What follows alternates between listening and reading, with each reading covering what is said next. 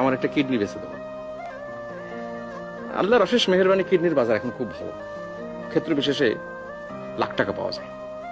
তোমার অর্থের এতই প্রয়োজন যে তুমি কিডনি বিক্রি করে দেবে? আমার টাকার তেমন কোনো প্রয়োজন নাই, আমি একা মানুষ, লাখ টাকা দিয়ে করবো নাকি, এটা শখ।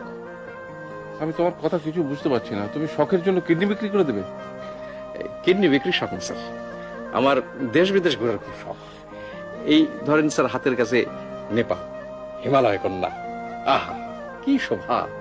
কত সাধু সন্ন্যাসী হিমালয়ের গুহায় বসে ধ্যান করেছে, কিন্তু টাকার অভাবে যেতে পারি না।